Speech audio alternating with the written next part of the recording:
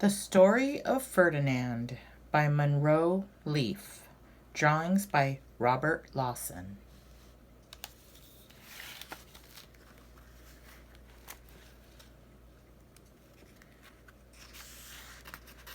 El Toro Feroz Fernando. I don't know what that means. No habla español. The Story of Ferdinand.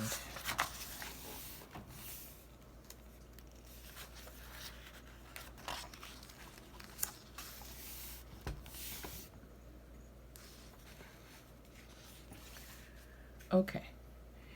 Once upon a time in Spain,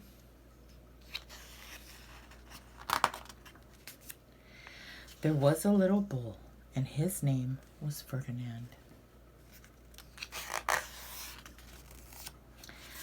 All the other little bulls he lived with would run and jump and butt their heads together.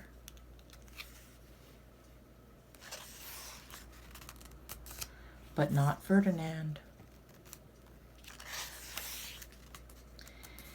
He liked to just sit quietly and smell the flowers. See him?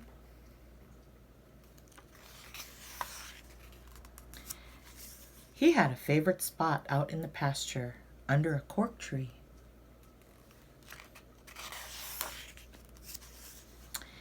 It was his favorite tree, and he would sit in its shade all day and smell the flowers.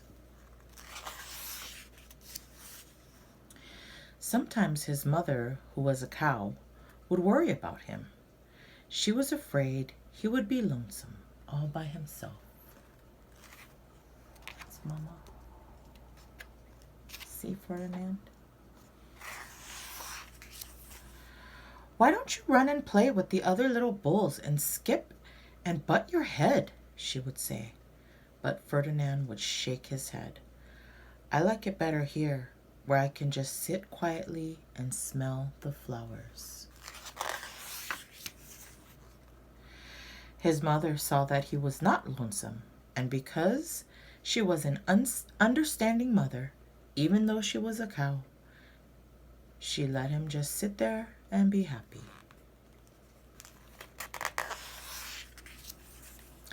As the years went by, Ferdinand grew and grew until he was very big and strong.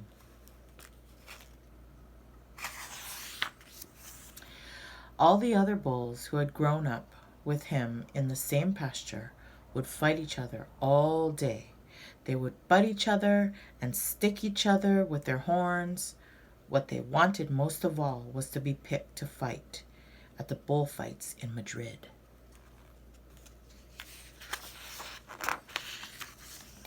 But not Ferdinand. He still liked to just sit quietly under the cork tree and smell the flowers. One day, 5 men came in very funny hats to pick the biggest, fastest, roughest bull to fight in the bullfights in Madrid.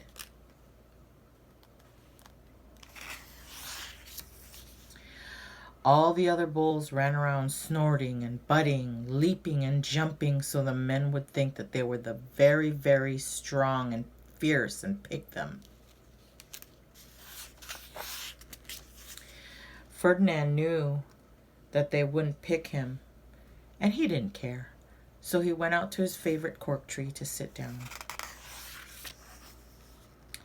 He didn't look where he was sitting, and instead of sitting on the nice cool grass in the shade, he sat on a bumblebee. Oh no. Well, if you were a bumblebee and a bull sat on you, what would you do? You would sting him. And that's just what this bee did to Ferdinand. Wow, did it hurt?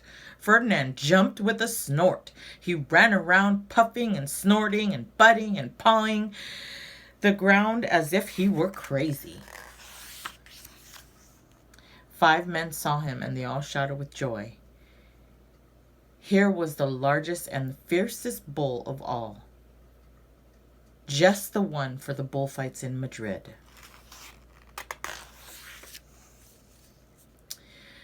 So they took him away for the bullfight day in a cart.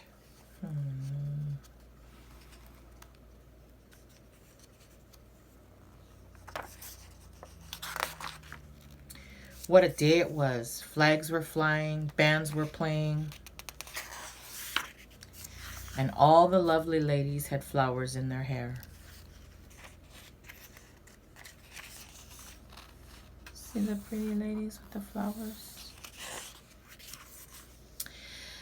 They had a parade into the bull ring. First came the bandoleros with long, sharp pins with ribbons on them to stick in the bull and make him mad.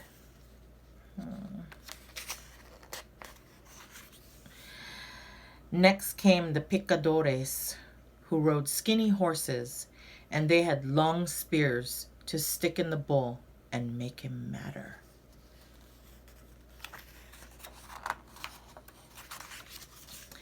Then came the matador, the proudest of all. He thought he was very handsome and bowed to the ladies. He had a red cape and a sword and was supposed to stick the bull last of all. Then came the bull, and you know who that was, don't you? Ferdinand.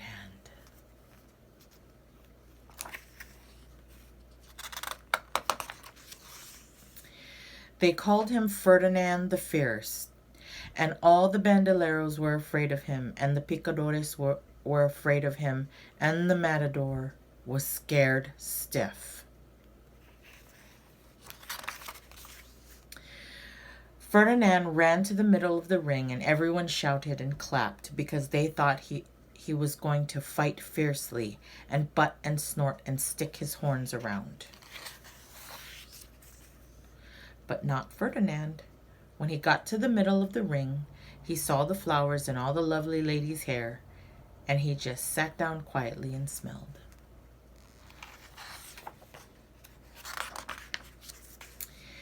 He wouldn't fight and be fierce no matter what they did. He just sat and smelled, and the bandoleros were mad, and the picadores were madder, and the matador was so mad he cried because he couldn't show off with his cape and sword. So they had to take Ferdinand home. And for all I know, he is sitting there still under his favorite cork tree, smelling the flowers just quietly. He is very happy.